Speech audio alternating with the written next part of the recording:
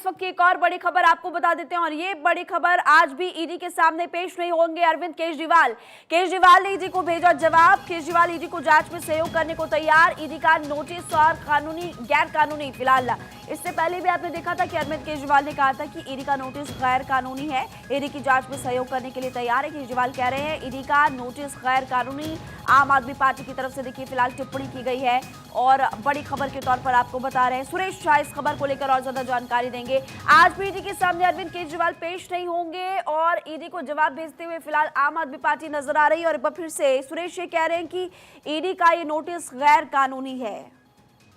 आपको बताया कि दिल्ली के मुख्यमंत्री अरविंद केजरीवाल को इससे पहले भी 2 बार नोटिस दिया गया था और ईडी ने कहा था कि आपसे से पूरी तरह से पूछताछ करनी है। इससे पहले इलेक्शन थे तो इलेक्शन में चले गए थे, उसके बाद दूसरा जब उनको दिया गया तो विपाशा में चले गए थे, तीसरा इनको दिया गया नोटिस। तो इन्होंने कहा कि ये ईडी का जो उनको नोटिस दिया जा रहा है पूछताछ के लिए वो गैर कानूनी है।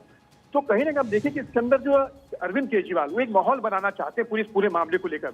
वो जनता का समर्थन है, जनता की भावनाओं के साथ वो चाहते हैं कि उनको परेशान किया जा रहा है, उनकी सरकार को परेशान किया जा रहा है, उनकी पार्टी को परेशान किया जा रहा है, उनको काम नहीं करने दिया जा रहा है। ये उसी के तहत उन्होंने सारा कहा है कि ईडी का जो नोटिस दिया गया वो गैर कानूनी है।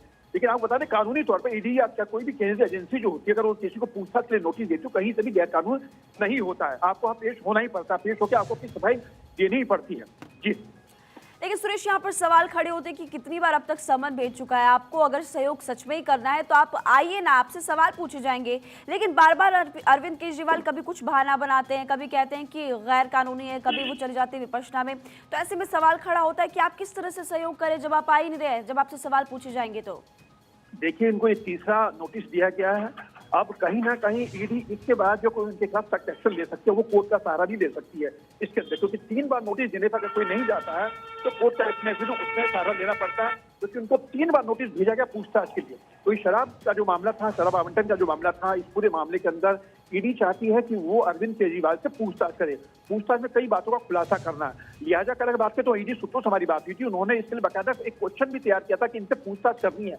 लेकिन अचानक से इनका कह देना कि वो पेश नहीं होंगे, ये पूरा जो उनको भेजा गया है वो गैर कानूनी है, तो कहीं ना कहीं ईडी के ऊपर सवाल खड़े करना ये लाजमी नहीं है। सुरेश तीसरा समन यहाँ पर भेजा गया था जिसके बाद हम देख रहे हैं कि अरविंद केजरीवाल आज भी नहीं पहुंचने वाले हैं। तो अब किस तरह से कार्रवाई उन पर आने वाले समय में हो सकती है? देखिए ईडी ने इनको 3 बार नोटिस भेजा है पूछताछ में शामिल होने के लिए। तीनों बार इन्होंने नहीं आए हैं, बहाना बनाए हैं नहीं आने के लिए।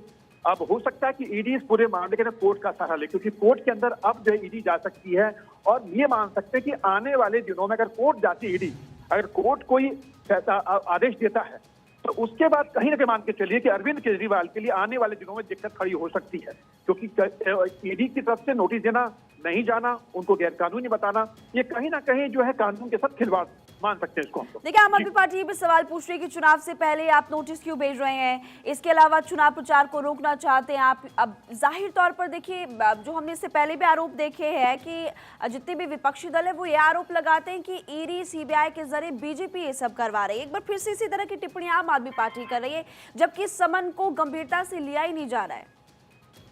देखिए आप इस बात को समझिए कि ईडी एक केंद्रीय जांच एजेंसी है और ईडी इसलिए अरविंद केजरीवाल से पूछताछ करना चाहती है क्योंकि अरविंद केजरीवाल दिल्ली के मुख्यमंत्री हैं, दिल्ली के मुखिया हैं और मुख्यमंत्री होने के नाते उनकी जिम्मेदारी ज्यादा बढ़ जाती है। और ये पूरा घोटाला हुआ है उसमें सबसे बड़ी बात ईडी यही जानना चाहती है कि इसमें आपकी क्या भूमिका थी।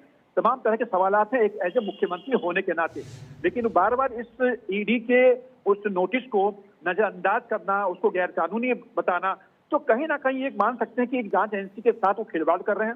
लेकिन ये यकीन मान के चलिए कि जांच एजेंसी अब चुप नहीं बैठेगी। जो हमारी सूत्रों से बात हुई है कि उनके ना पहुंचने से अब तीसरी बार उनको दिया गया, उनके ना पहुंचने के बाद जो है अब ईडी जो है इस पूरे मामले में कोर्ट का रुख जो है कर सकती है। ठीक है, बहुत बहुत शुक्रिया जानकारी देने के लिए। और देखिए सवाल ये उठता है कि क्या सचमुच विपक्षी नेता ईडी से सहयोग करेंगे?